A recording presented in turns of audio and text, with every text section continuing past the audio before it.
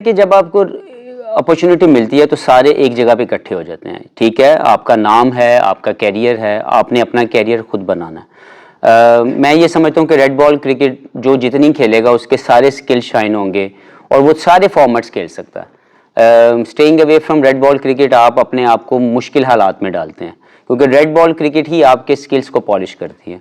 Naseem obviously injured था, हमारे main player हैं, लेकिन ऐसा नहीं है कि उनके बगैर टीम नहीं चलेगी या उनकी इंजरी की वजह से टीम को बहुत नुकसान हो रहा है। उनकी जगह हमारे पास आमिर जमाल आ गए। हारिस रऊफ ऑब्वियसली वो हम उसको पहले बात कर चुके हैं। शाहीन को भी लेके इस मैच के लिए हमने इसलिए फैसला लिया था कि हम नहीं चाहते थे कि हमारा प्लेयर जो है वो वर्कलोड या उसके जिस्म की कोई ऐसी चीज़ ख़राब हो, क्योंकि हमें पता है पिछले पूरे साल में शाहीन ने बड़ी मेहनत की है और उसकी इंजरी के बाद से आके जो उसके ऊपर वर्कलोड उसके ऊपर पड़ा वो बहुत मैसिवली था।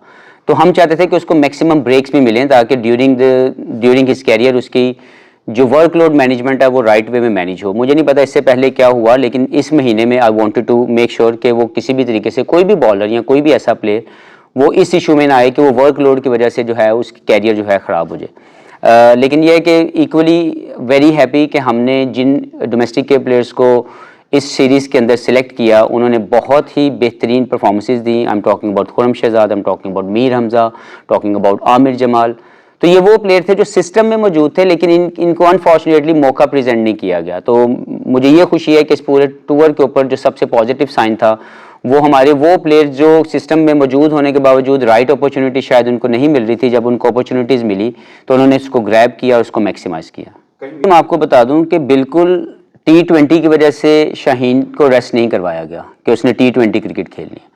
ये क्लियर है कि उसकी बॉडी सोर थी, he was not feeling very comfortable कि उसकी बॉडी रिस्पॉन्ड कर सकेगी। तो मुझे एज ए टीम डायरेक्टर ये मेक श्योर करना है कि मेरा कोई भी प्लेयर वो उस जोन में ना चला जाए जहाँ पे वो इंजर्ड हो जाए। तो मैंने उसको उस जोन से पहले उसको रिकवर करने के लिए इनफ टाइम दिया।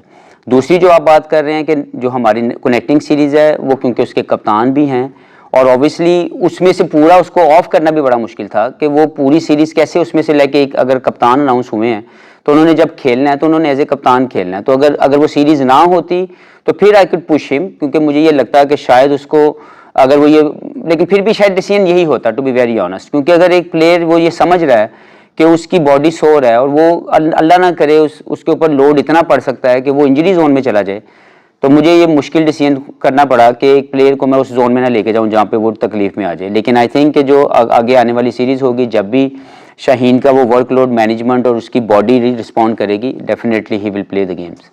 देखिए, मैं ज़्यादा तौर पर समझता हूँ कि अच्छी क्रिकेट खेली है पाकिस्तान ने। मैं फिर आपको ये कहूँगा कि पाकिस्तान ने अच्छी क्रिकेट खेली है। देवर सम मोमेंट्स जो हम नहीं ग्रैब कर सके, there were some mistakes we made as a team, जैसे कि आपका मेलबर्न के अंदर जो कैचेस ड्रॉप करना है वो आपको कॉस्ट कर गया पूरा match. Otherwise it could have been a different story. आप किसी भी रेलिवेंट क्रिकेटर को पूछें या किसी भी ऐसे अंडरस्टैंडिंग वाले बंदे को पूछें, वो यही बताएगा कि हम उस वक्त अपर हैंड थे, but we miss the opportunity. यहाँ पे भी अगर मैं कहूँ कि पहले बैटिंग टॉस जीतने के बाद जो हमारी बैटिंग थी, जो आमिर जमाल ने जो बेहतरीन कारकर्दगी दिखाई, उन्होंने हमें वो स्टेज ला के दे दी जहाँ पे हम लोग चैलेंज कर सकते थे ऑस्ट्रेलियन टीम को। वहाँ पे हमारा वो जो कैच छोड़ना दोबारा से फिर हमारे जो है वो हमें तकलीफ़ में ले गया। हम लोग वो जो विनिंग मोमेंट्स थे हमने वो मिस किए और हमने अपॉर्चुनिटी जो हमारे पास थी उसको ग्रैब नहीं किया। तो ओवरऑल क्रिकेट अच्छी खेली, मिस्टेक्स की जो मैंने आपसे बात की। जो दूसरी बात आप कह रहे हैं कि दूसरी इनिंग्स, यस, वही प्लेयर अगर पहली इनिंग्स में अच्छा खेलता, दूसरे में अच्छा नहीं खेलता, तो there something we need to understand कि प्लेयर को भी उसके अंदर जो है स्टेप अप करना है। क्योंकि पहली इनिंग्स और दूसरी इनिंग्स खेलने की जो माइंडसेट है, जो एक फटीग लेवल आपकी बॉडी में जाता है, उसके बाद जब आप रिस्पॉन्स करते हैं तो that is also something we need to work on. और as a team we learn a lot of thing, to be very honest. बहुत सी चीज़ें हमारे सामने जो हैं वो आई हैं और we will definitely work on दोस्त, क्योंकि जब भी आप अपनी क्रिकेट खेलें, आप अपनी गलतियों से जब तक नहीं सीखेंगे और सीख के उसके लिए मेहनत नहीं करेंगे, राइट स्ट्रेटेजी नहीं बनाएंगे, आप इम्प्रूव नहीं कर सकते। और इसके ऊपर हमारी इंडिविजुअल भी बात हुई है और इंशाल्लाह ताला इस सीरीज़ के बाद भी हम अपने प्लेयरों को वो अलाउ करेंगे कि वो अपने उन चीज़ों के ऊपर जो है वो काम करें, ताकि जब वो वापस आएँ तो वो उसमें बेहतरी जो है वो आई हो। ठीक कह रहे हैं, ऐसा किया जा सकता है, लेकिन इसमें सबसे पहले डिपेंड करता है कि इंडिविजुअल क्या सोचता है।